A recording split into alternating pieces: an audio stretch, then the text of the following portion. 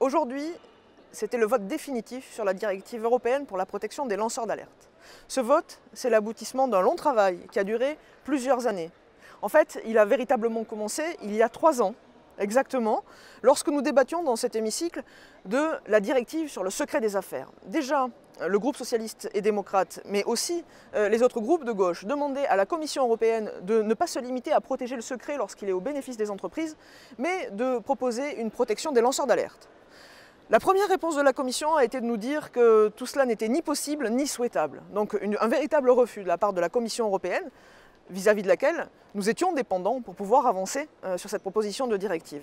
Mais à force de mobilisation du groupe socialiste et démocrate, au travers d'un rapport d'initiative dont j'ai été le rapporteur et qui a été voté en octobre 2017, à force aussi de mobilisation de la société civile, des ONG, nous avons fait changer d'avis la Commission européenne qui a finalement fait une proposition de directive en avril 2018, il y a 1 an exactement.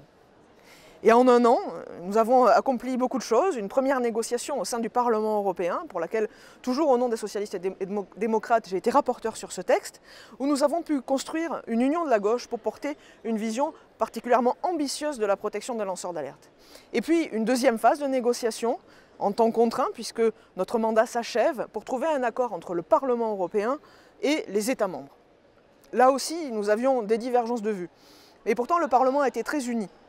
Nous avons défendu notre vision de la protection des lanceurs d'alerte, une vision ambitieuse, mais nous nous sommes trouvés confrontés à une opposition de certains États membres, au premier rang desquels la France, l'Autriche, la Hongrie.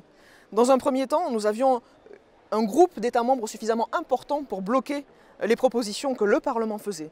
Mais par la mobilisation de tous mes collègues pour influencer les gouvernements en place, pour faire bouger les gouvernements, par la mobilisation aussi de la société civile et des ONG, nous avons finalement réussi à rassembler une majorité d'États sur nos propositions. C'est, je pense, la démonstration du rôle et de l'utilité du Parlement européen dans le jeu démocratique des institutions européennes.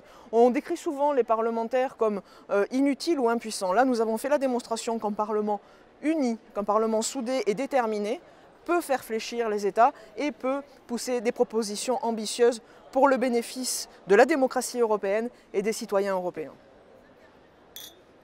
Aujourd'hui, c'est une victoire bien sûr pour le Parlement européen, mais c'est aussi une victoire pour la démocratie et l'ensemble des citoyens européens. Cette victoire elle a été possible par la détermination des députés dans un accord très large, transpartisan, autour d'une union de la gauche. Et elle a été aussi possible par la mobilisation des ONG et des citoyens. Donc cette victoire, aujourd'hui, c'est la nôtre et c'est surtout la vôtre.